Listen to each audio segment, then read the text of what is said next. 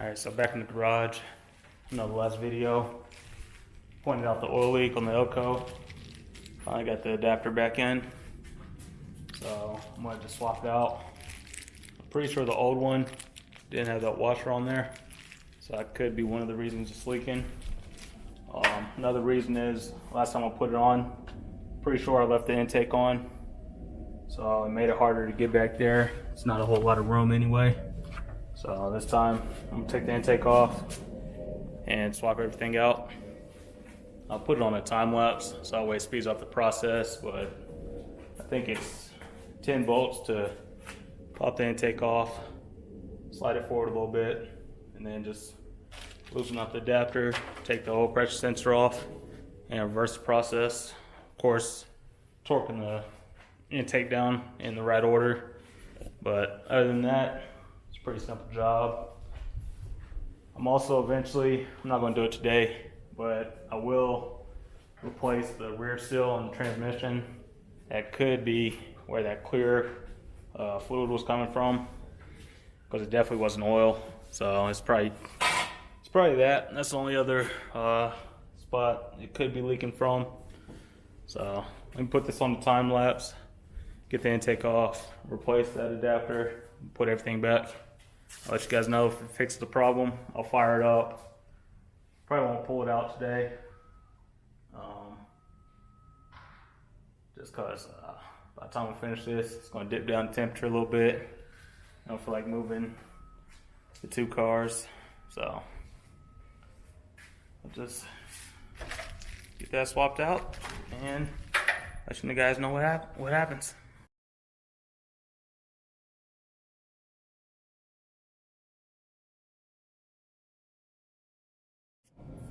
Alright, so I ran into one little problem. A stock adapter on there. It was a little larger than the socket I thought worked for it. It's a socket for the stock oil pressure sensor. But the new adapter is a 7/8. So I have that one. Had to run to the store real fast, grab the next size up. So 1 1/6 or 1 1/8. So I tested that one on there. It fits. And I think the reason it's probably not tightened down all the way. I think I put it on the oil pressure sensor first, made sure that was snug, and then I probably tightened it down with it on here using the oil pressure sensor. So that could be the reason it was leaking. But I have the right size socket now. So put you back on a time lapse, remove that piece, see if it has the washer on there or not. But either way, I'm gonna swap it out with the new adapter. But that's it. Let's get back to it. Alright, so it did have the washer on there, but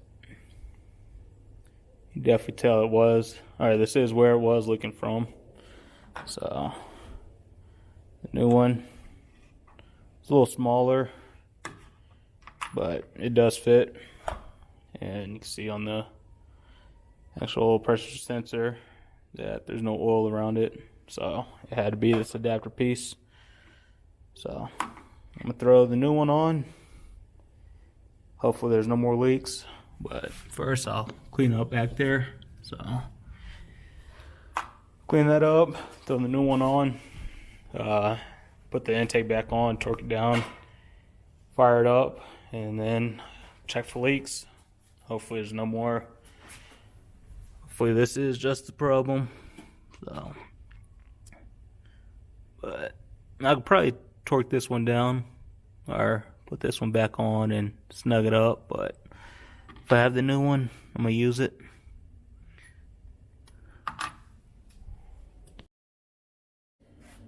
Alright, so we got the old one off. You can tell it's a little dirty.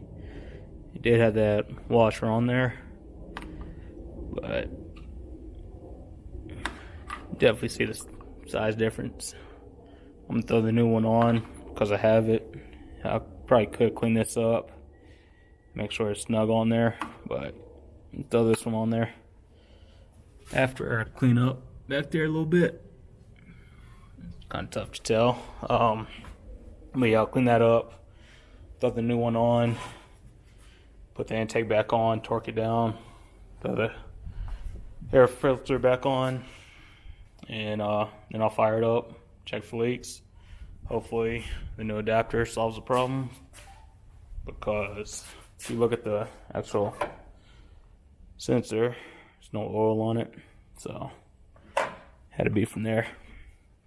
But let me put you back on the time lapse, put everything back, then I'll fire it up and we'll see how it goes.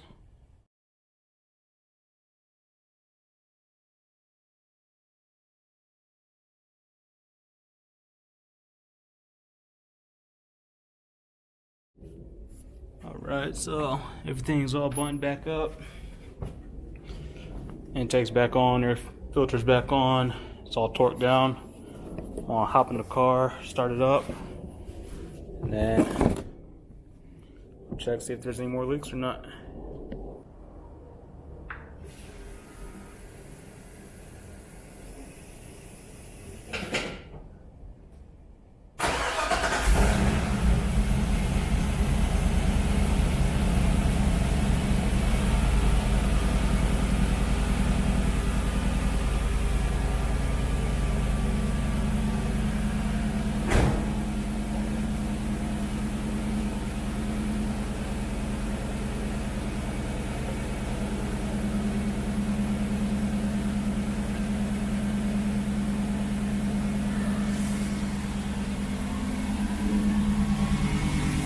Alright, so it might be a little hard to hear, but as you can see, it's still dry. Let it run for a little bit, check back in, let it heat up. But it did have oil leak still there. It'd be coming out because there's oil pressure already to the sensor. But since it's dry, it's safe to say there's no more leak there. That was the problem. But like I said, I'm just gonna let it heat up for a little bit longer, and I'll double check and let you guys know what happened. Alright, so let it warm up for a little bit. Cooling temps at 100, so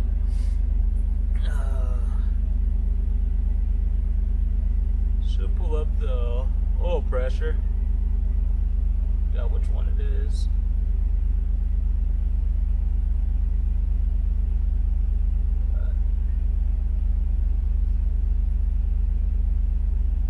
One of them. So oil pressure is 38, coolant temps 108 now, fuel pressure 48.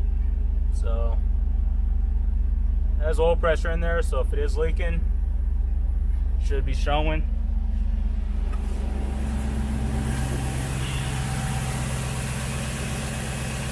And it is still dry, so I did fix the problem. Cut the car off.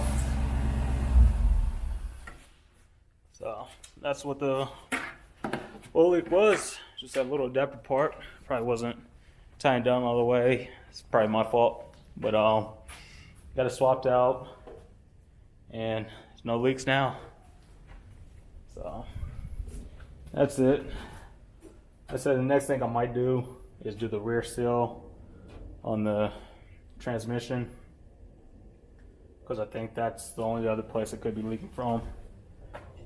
But that's it. So wasn't a hard job to do. Just didn't have the right socket to remove the old adapter off. But once I got that, it's a piece of cake. So should only took about 20-30 minutes.